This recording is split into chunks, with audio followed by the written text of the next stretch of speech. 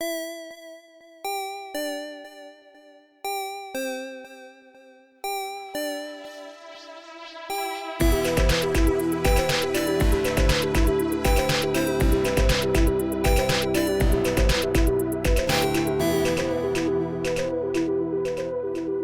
everybody. On October 11th, we're going to do another End of Days, and Carolyn will be back again. We're going to see what other crazy way she has to murder a monster. I know. Directly after saying, I have no way to deal with this monster. Again, that is twitch.tv/Critshow. If you want to join us, it's time to let the recap roll. Yeah, I mean, I want to pull out the gem and, basically flash SOS through it. So, did Tass die while James was still around? Yeah, he was there when he died. Okay, so I want to use Tanis's color. He should know damn well that this isn't one of the actual founders. Try to get in contact with him and start blinking SOS on Tanis's color. He responds, constantly on the move, being hunted. I'll send, we're heading to Dunehurst. We'll be in touch. He responds, hurry. Okay, let's book passage on a galleon. And you do see this one galleon sitting there, and the name painted on the side is the Scoundrel's Fortune. We see your face lit by the signal fire on the front of the boat as you open up the piece of paper, and inside it reads, Rev isn't who he seems. Rev's done a lot for us for a long time, and he's been on our side, he's been in our corner, up to the moment we just left again.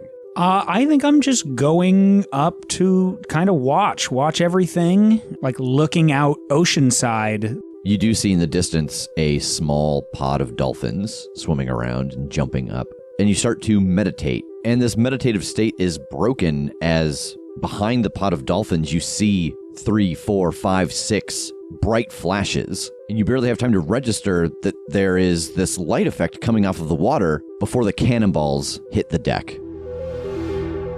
So you were all in your various locations on the ship. Jake below deck in the galley, TJ working the rigging, and Tass standing looking out at the ocean. It is dark, and then the sky in the distance is lit up. And Tass, you take 5 points of damage as your world becomes nothing but sound and movement as these cannonballs hit the deck. Jake and TJ, you clearly hear this. You hear explosions on the ship. What's everybody doing?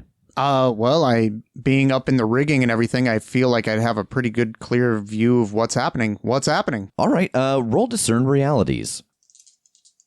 That is an 8. All right, you get a hold 1. What should I be on the lookout for? So as you're standing on the rigging, you look out towards the direction of the sound, and you can see very faintly on the ocean the silhouette of a very dark ship. And as you look in that direction, you notice that on the sail is what you mistook for the moon. They have painted some kind of luminescent sphere on their sail to mask their approach, and that the moon is directly behind them. That's so good. Seeing that, would I be able to discern, who that ship belongs to or what that ship is? Yeah, roll Spout Lore.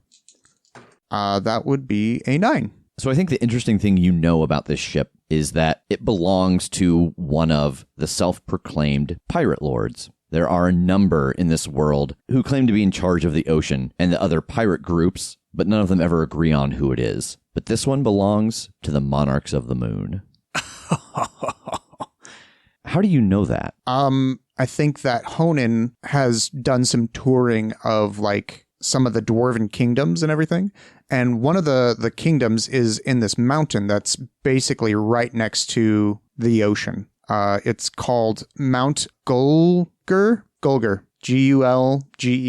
And this mountain has been attacked by pirates, who are coming to seek dwarven treasure and everything. And one of the pirates that came along was Monarchs of the Moon. Okay. At one point. What are one of the other factions that were involved with that? Dwarven or pirate? One of the other pirate factions. Oh, the Red Skeletons. Are they undead?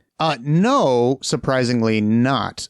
They're named that because of the red paint that they paint their bodies in. They mostly wear black except for this red paint that lines their clothing and their faces to make them look like they're skeletons. So at night, kind of like intimidation factor. Yeah, basically. And at night it kind of glows a little, and so they sort of shown up as Oh, so the look like the skeletons. paint glows a little bit. Yeah. So pirates in this world kind of use luminescent paint in various ways to help them with what they do, whatever kind of their theme is. Yeah, Okay. exactly. Okay. So what are you doing? You've got this knowledge now. You have spotted the ship. It is very difficult to see, but you have spotted it as the sails shifted on that ship and you were able to see the actual moon behind it. I'm going to yell down to the captain, Monarchs of the Moon on the starboard side. Ah, good eye. Men, get the cannons ready on the starboard side. Jake. There are people down there with me rowing, right? Yes, I feel like the first thing I'm going to do is go, is that normal? You get a resounding no. Okay, well, we should probably all go fight. I'm going to run up the stairs to the deck. Okay.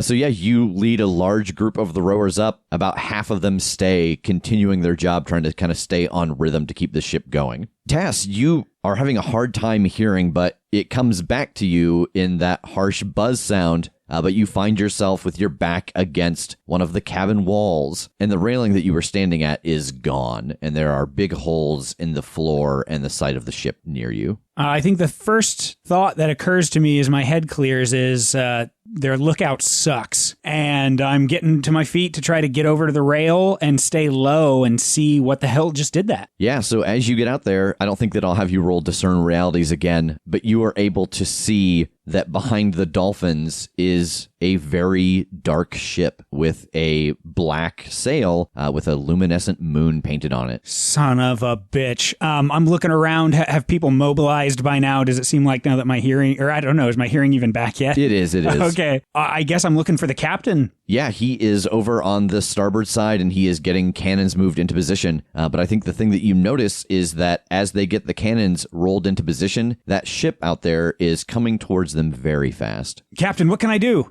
I don't know. What can you do?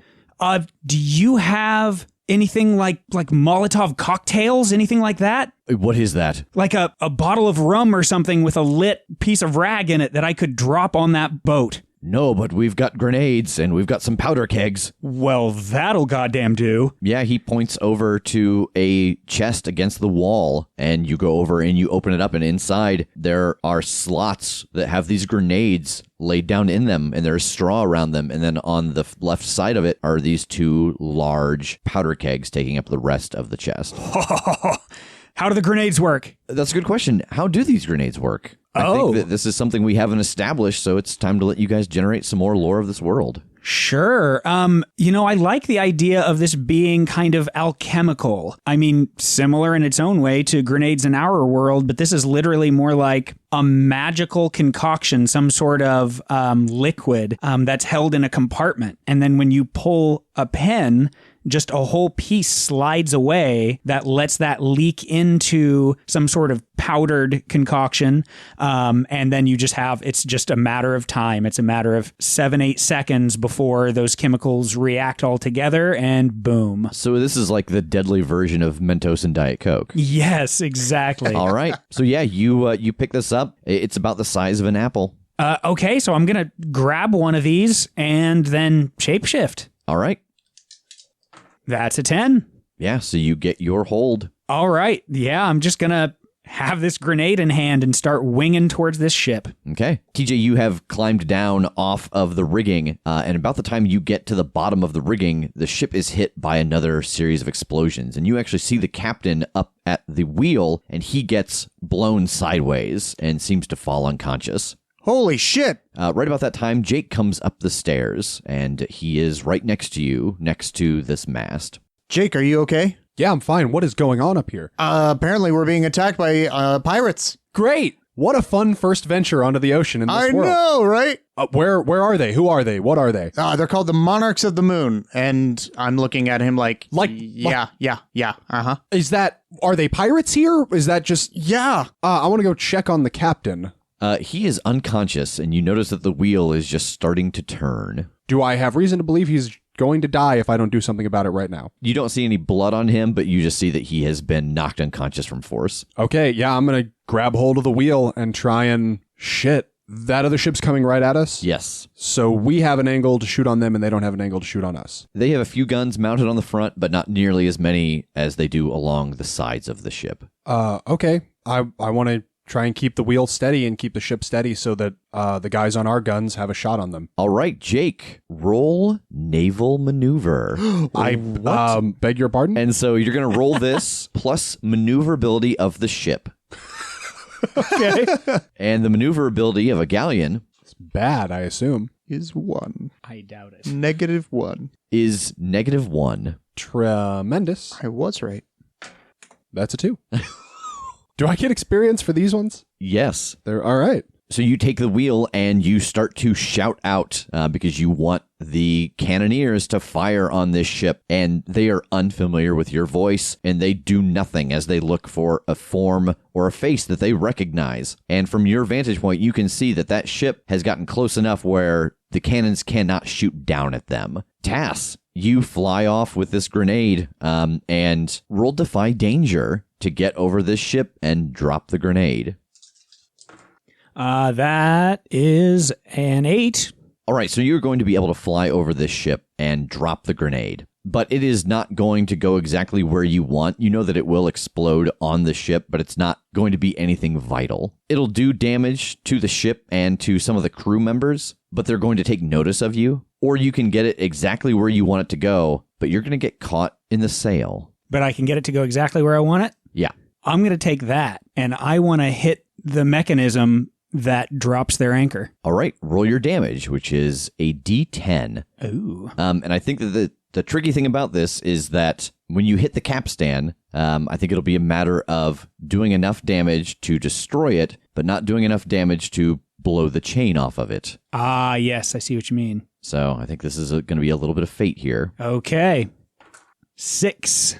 The ship suddenly lurches to the side as the anchor drops and the boat starts to pivot, and you see the back end of it slam into the side of the Scoundrel's Fortune. Oof. But it does not get hit with the very ugly looking masthead that you see now. Oh, nice. Okay. What does it look like? It looks like an iron wolf. Oh, okay. Cool. TJ, you have felt this impact, and you're not quite sure what's going on. Jake is up top yelling some orders. You don't see Tass. What would you like to do? Feeling the impact, am I able to, jump over to their ship? Absolutely. You could jump over the side onto their ship. I want to be very careful in doing this, but I want to do it. All right. So are you going alone? Are you trying to rally some men to go with you? What are you doing? As I'm trying to jump over, I'm like, follow me, boys. Let's not let these sea dogs take us. All right. So first roll charisma. Oh, I forgot that I have charisma. Or like Do you, though? Nope. Sure don't. In fact, that is a 6. Yeah, so nobody joins you, and you leap off the side of the boat, and you land. Story of my life. And there are pirates everywhere, and they look to you when you land on the deck of their ship with a thump, and you can see that they are all dressed in black, and they have luminescent stars on them. That's really cool, boys, but you're about to see some stars, and I'm gonna just jump into the middle of this crowd and start brawling the hell out of them. How many are you going to try to hit? It's pretty close quarters right now. The 3 closest would probably be my best bet. All right, roll hack and slash. That is a 12. All right, roll your damage.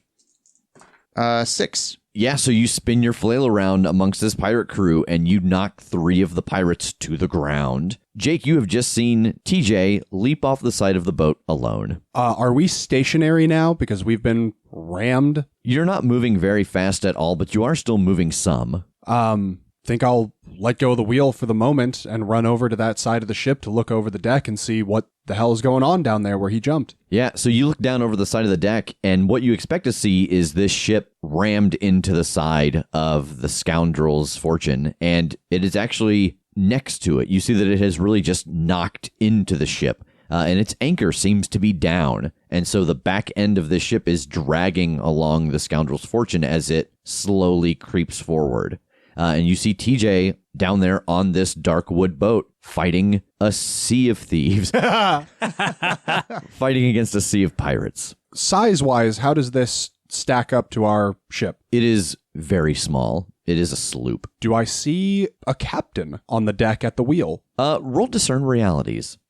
8. You get a hold 1. Who's really in control here? Back towards where the wheel is, you see that there is a man who's got a number of pistols crossing his chest. He is not manning the wheel, but he is shouting orders to some of the people who are trying to get the anchor raised. Okay, I want to yell out to that guy from where I am and just, hey, Captain Werewolf, Captain Monarch, Moon Man, up here. Yeah, I don't think he hears you over the sound of everything that is happening. Okay, can I try to shoot him with an arrow? Yeah, roll volley. Actually, I don't want to shoot him. I want to spike an arrow right in front of wherever he's standing. Like, I want to use that as something, that if an arrow lands right in front of him, that it'll look for the source and he'll see me. All right, roll defy danger with dexterity. 5. Dang. God. So you draw an arrow and you let it loose, and you notice that at the movement of your arm, the captain's eyes twitch up, and he draws a pistol and shoots the arrow out of the air and keeps eye contact with you. Oh. While he's looking at me, I want to hold up the bow and sling it over my shoulder, empty hands, and then gesture that I'm going to come over there. I don't know if this would just be a straight charisma check to, put forth the image that I'm unthreatening, that I'm coming over there to talk. Yeah, okay, so roll charisma then to convey to him that you mean no harm. Okay, that's a 10. Yeah, he gets this strange grin on his face, and he puts the pistol back into his belt and waves you over. So, Tass, you are tangled in the rigging of this mast, and you see TJ on the boat fighting pirates, and you see Jake hop down onto the boat and just start strolling through the chaos towards a man at the back of the ship. Okay. Okay, I think I'm going to just go ahead and drop my hold and drop my form because I want to try a new form. I want to roll my thing talker into my shapeshift and just turn into the largest mountain boulder that you will let me turn into.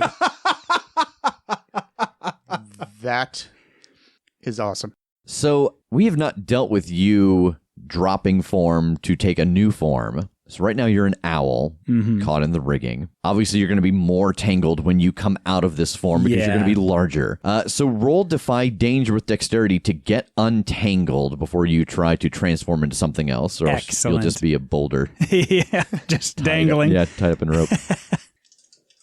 That is an 11. Yeah, you were able to get yourself untangled. All right. And I'm just going to stand kind of in the ropes and do a little bit of a kind of a diver pose and jump and try to transform. Okay, roll it. That's an 8. I get hold 2. Okay. What do you get from this ability? It's just the same as shapeshift, but also can be applied to talking to creatures or using a studied essence on things from new places. I just get to take the form of objects, things, plants, stone, wood, whatever. So you're not at a place yet where you're getting bonuses from the things you turn into still? Yeah, not like, I think the only bonuses I get would be when I'm an appropriate thing, I get a higher dice to do damage. Okay. But you don't have any armor or anything as you leap off? No. Okay. So what exactly are you trying to do as you leap off of this and turn into this stone creature? I think I'm just trying to hackney anvil these guys. I want to get as close as I can leap to, towards TJ so that he's not just alone and just crush some guys on the way down. So we haven't really used your hold this way before, but now that you are turning into a rock elemental, I think this is the kind of thing your hold would be used for. Do you want to have its armor? Do you want to have its strength? What are you using these hold for? Yeah, I don't know if that's allowed to even use both. But, the main thing would be to be able to fall through and just not die from a big jump. And I mean, if I could use hold as well, just to make it a stronger hit, I would absolutely do that. Yeah, I think you could use both hold in this moment to give yourself the armor and the strength of an earth elemental. And then once you hit, you'll turn back to normal. I dig it. All right. So looking through the source book here, you give yourself 4 armor and your damage will be a D10 plus your strength. Okay. So that would be 6. All right. So you leap out and roll your dexterity just to see how many you catch in your fall. 12. 7. Yeah, so I think that with a mixed success, you were able to catch 3 of the pirates underneath you, and you deal 6 damage to them, and as well to yourself, but you'll subtract your natural armor Nice. But now you are standing on top of 3 pirate corpses as you transform back into your halfling form. Oh, God. TJ, you see Jake stroll past amidst the battle, and all of a sudden a large rock lands next to you and then transforms into Tass. All right, let's do this, guys. And I'm going to grab 3 more and just waylay them as best I can. All right, roll hack and slash. Oh, yeah. 13. Okay, roll your damage. 10. Yeah, 3 more of these pirates go down, and you can see that they are actually starting to become aware of your presence here, and they are giving you a wide berth, trying to get out of the range of this constantly lengthening and shortening flail. Jake, you stroll through this, and you get over to the captain. I want to hold out a hand to shake and just be like, hell of an attack, Captain. Thank ya. Look, this has been a real ride. But if you look around, you will see that there is a living cannonball tearing through your people. There is a monstrosity of a dwarf tearing through your people. We know what you are and how to kill you, and we've got more than enough manpower to do it. So, with no further bloodshed, what say you just claw that anchor off the bottom and sail the fuck away? Is this a move? I don't know. So I have the move called Charming and Open, where when you speak frankly with someone, you can ask their player a question from a list, and then they get to ask me a question. Okay. Or I don't know if this would qualify as parlay, because the leverage is just kind of a huge excess of manpower, and like that we're busting their shit up so far. Yeah. I don't know if that's enough to leverage him into listening to what I'm saying. Intimidation, yeah. So what is your question you want to ask of him? You have spoken open and frankly with him. So one of the questions is, how can I get you to blank? How can I get you to leave? Well, I suppose short of killing us, we've got to have something to go away with, or when we get back, the men in charge will have our heads. What did he say that we're shipping? What did the captain say that we've got on board?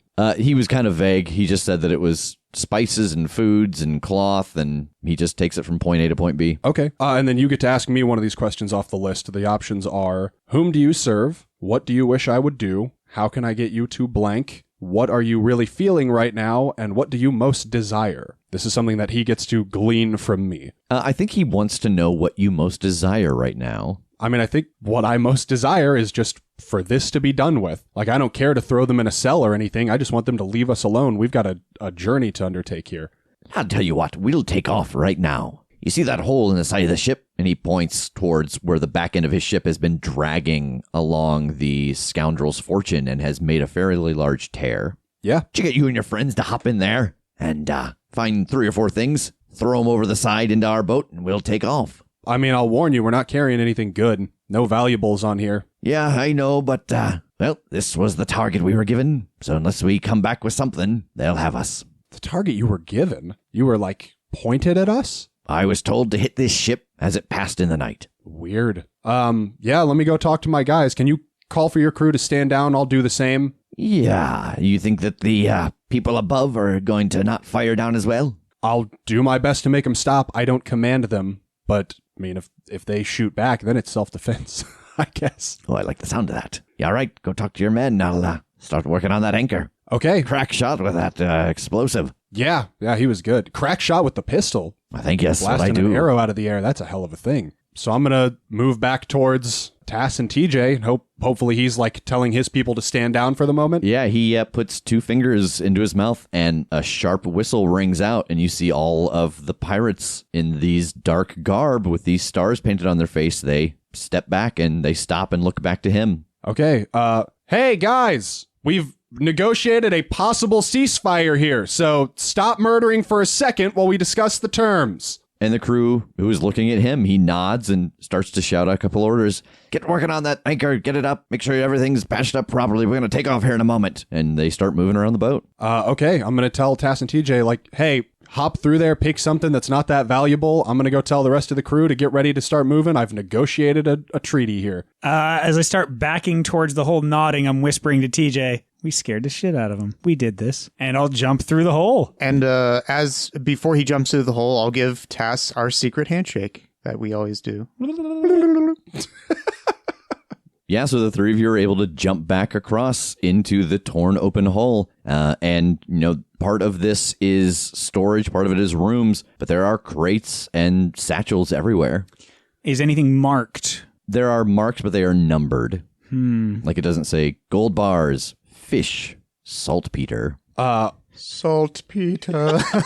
Is there any crew from our ship around here still? Yeah, oh yeah. I just want to go, hey, what's unimportant in here? What's the least valuable thing? What do we not care about losing? I don't know. You'd have to check with Cordelia. She's the one who keeps the log of everything. Where's she at? Oh, I don't know. Cordelia! I want to turn into like a coyote or something little that I can just start sniffing at the boxes and see if I can determine what's in there through smell. Yeah, so roll it. 8, so I get 2 hold. The first one I would want to use is to essentially use my smell for that, for detection. All right, so roll discern realities. Do good. 8. All right, you get a hold 1. What here is useful or valuable to me? As far as like that idea of the valuable thing to throw out for our benefit. So as you start to sniff around the boxes and the barrels and the gunny sacks down here, I think that you are able to smell out 5 or 6 of them that are just very clearly food. The other things have metallic smells. They have alchemical smells. But you can tell which ones of these are food, at least. Yeah, here's a couple of these burlap and maybe one of the metal ones. There might be some weapons or something in there for them. Or are we just doing all food? I say we throw them a few bags of food and just pick it back up when we get to Alpo or even when we get to Dunehurst or something. Like, we've got gold. All right. Help. Okay. Yeah, I'll grab a couple of crates of food. So the three of you lug these crates of food over and you chuck them down onto this other ship's deck. And it is starting to get further away, but it is still dragging along. And he is getting his men to raise his anchor. I want to go talk to him again. Tass, will you come with me so you can fly me back or something if we get too far apart? Yeah. Okay, yeah, before we're too far apart, I want to hop over back to their deck and approach the captain again. Okay, and TJ, what are you going to do as they hop off the ship? Guys, we're over here. I want to learn something from him. We'll be right back. We're pirates now. I've changed teams. This seems like a tight operation. I like it. I'm going to go upstairs to the top deck, and I'm going to check on Captain Broadstone. Oh, okay. All right, so Jake, you and Tass hop off to the ship. Well, good doing business with you. I do have one more question for you, though, and I'm willing to grease your palm a little bit if you'll give me a real answer. Oh, really? Well, let's hear the question first. Who sent you at us? Let's see the color of your coin. Yeah, I'll pull out just a big handful, like 75 gold. Yeah, I think that's about right. And he takes a look at it and nods. He's the leader of the Monarchs of the Moon. His name is Pardum. Well, he sets all of the missions that the smaller ships go out on from his man of war. Was this one any more targeted than any other? Was there someone special on board or anything? Did he seem to have a grudge against this ship, or was it just a regular raid? We just got a message with a location and a ship description. Tass, any other thoughts? No, I like the sound of that. I mean, clearly it doesn't seem like you were told wreck this thing at all costs, or this would be going a different way, wouldn't it? Correct. Happy sails to you, sir. Can I know your name? Oh, yeah. Name's Leaf. Pleasure to meet you.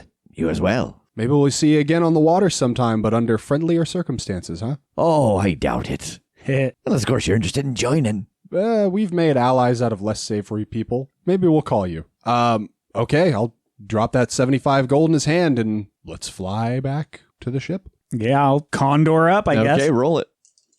10. All right, so you turn into a condor and you grab Jake and you fly off of this pirate ship as they get their anchor up and they start to sail away. You get to the deck of the Scoundrel's Fortune. TJ has just woken up the captain and he's kind of groggy, but he's looking around trying to get lay of the land. How you doing, Captain? Oh, I haven't had that good of a sleep in years. Did they take off? Yeah, we talked them down and they left. Made off with just a couple bags of food, but we're more than happy to reimburse those when we get back to port. Oh, well, good job, gents. Being able to talk off a pirate crew, especially the Monarchs of the Moon, they're pretty ferocious from all tales. I think we scared him.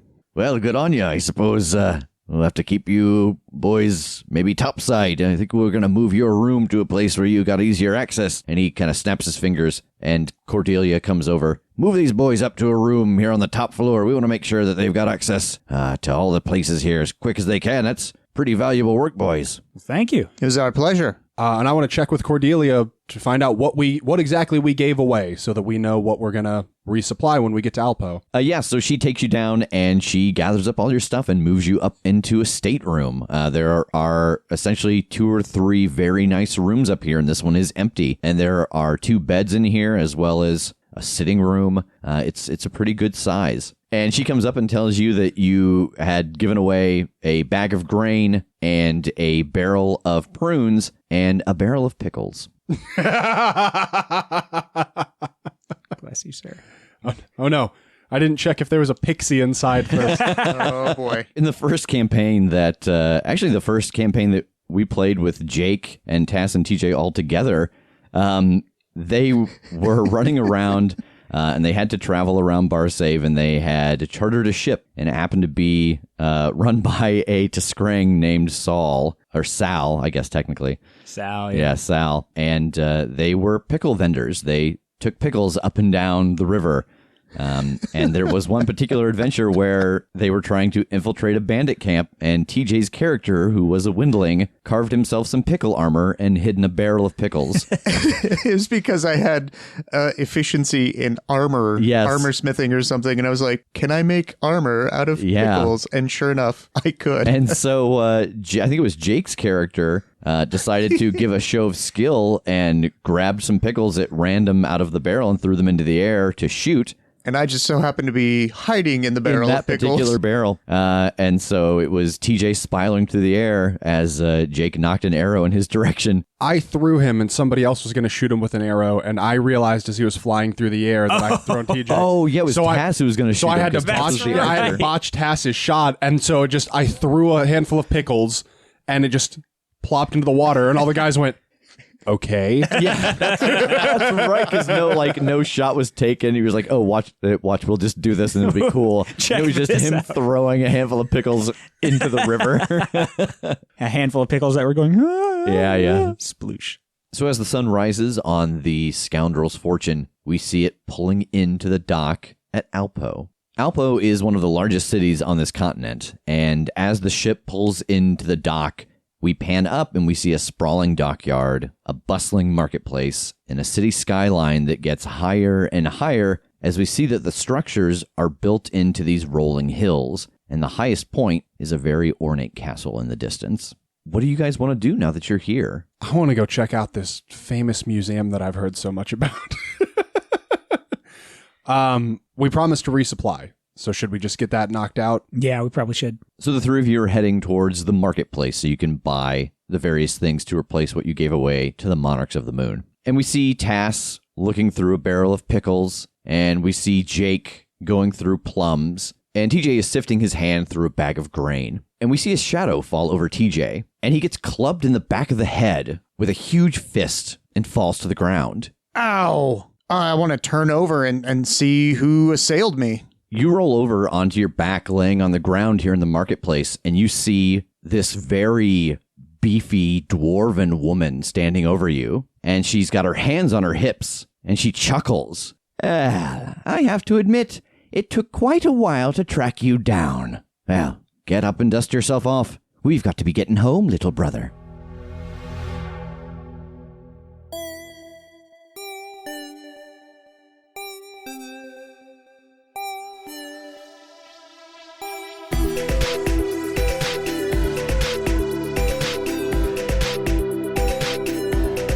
The Critshow is a Critshow Studios production, edited and produced by Brandon Wentz with music by Jake Purley. You can find more information about us at thecritshowpodcast.com. To keep up to date with upcoming live shows, contests, and other special events, follow us at The Crit Show on Facebook, Instagram, and Twitter. For even more weekly content, join us at patreon.com/thecritShow.